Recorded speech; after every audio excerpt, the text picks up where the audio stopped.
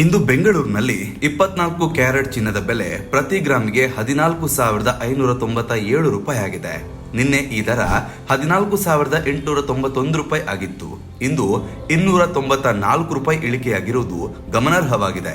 ಇದೇ ರೀತಿ 22 ಕ್ಯಾರೆಟ್ ಚಿನ್ನದ ಬೆಲೆ ಇಂದು ಪ್ರತಿ ಗ್ರಾಮ್ಗೆ 13,380 ರೂಪಾಯಿ ಆಗಿದ್ದು, ನಿನ್ನೆ 13,655 ರೂಪಾಯಿ ಇತ್ತು. ನಿನ್ನೆಗೆ ಹೋಲಿಸಿದ್ರೆ ಇಂದು 275 ರೂಪಾಯಿ ಇಳಿಕೆಯಾಗಿದೆ.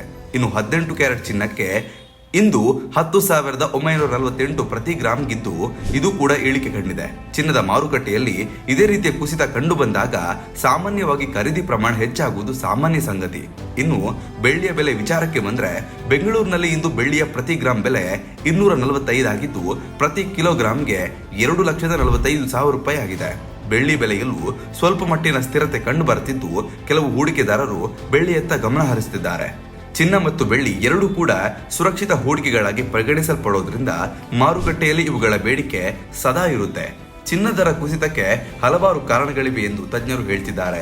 ಜಾಗತಿಕ ಮಾರುಕಟ್ಟೆಯಲ್ಲಿ ಡಾಲರ್ ಮೌಲ್ಯದ ಬದಲಾವಣೆ, ಅಂತಾರಾಷ್ಟ್ರೀಯ ರಾಜಕೀಯ ಪರಿಸ್ಥಿತಿ ಮತ್ತು ಹೂಡಿಕೆದಾರರ ನಿರ್ಧಾರಗಳು ಚಿನ್ನದ ದರವನ್ನು ಪ್ರಭಾವಿಸುತ್ತವೆ. ಕೆಲವು ದಿನಗಳ ಹಿಂದೆ ಜಾಗತಿಕ ಮಟ್ಟದಲ್ಲಿ ಉಂಟಾದ ಉದ್ವಿಗ್ನತೆಗಳ ಪರಿಣಾಮವಾಗಿ ಚಿನ್ನದ ಬೆಲೆ ಏರಿಕೆಯಾಗಿತ್ತು. ಆದರೆ ಈಗ ಸ್ವಲ್ಪ ಮಟ್ಟಿಗೆ ಸ್ಥಿರತೆ ಕಂಡು ಬಂದಿರೋದ್ರಿಂದ ದರಗಳು ಇಳಿಕೆಯಾಗಿದೆ. ಸ್ಥಳೀಯ ಆಭರಣಗಳ ಅಂಗಡಿಗಳಲ್ಲೂ ಖರೀದಿದಾರರ ಸಂಖ್ಯೆ ಹೆಚ್ಚಾಗುವ ಸಾಧ್ಯತೆ ಇದೆ ಎಂದು ವ್ಯಾಪಾರಿಗಳು ಹೇಳ್ತಿದ್ದಾರೆ. ಚಿನ್ನದ ಬೆಲೆ ಸ್ವಲ್ಪ ಇಳಿದಾಗ ಜನರು ತಕ್ಷಣ ಖರೀದಿಗೆ ಮುಂದಾಗ್ತಾರೆ.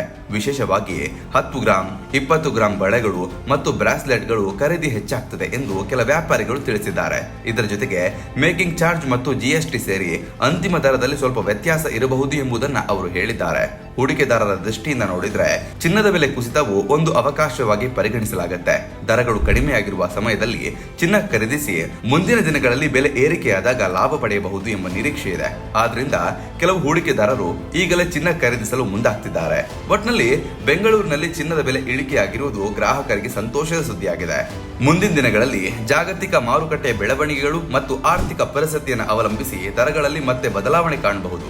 ಆದರೆ ಇಂದಿನ ಪರಿಸ್ಥಿತಿಯಲ್ಲಿ ಚಿನ್ನ ಖರೀದಿಸಲು ಇದು ಉತ್ತಮ ಸಮಯ ಎಂದು ಹಲವರು ಅಭಿಪ್ರಾಯವನ್ನು ವ್ಯಕ್ತಪಡಿಸುತ್ತಿದ್ದಾರೆ.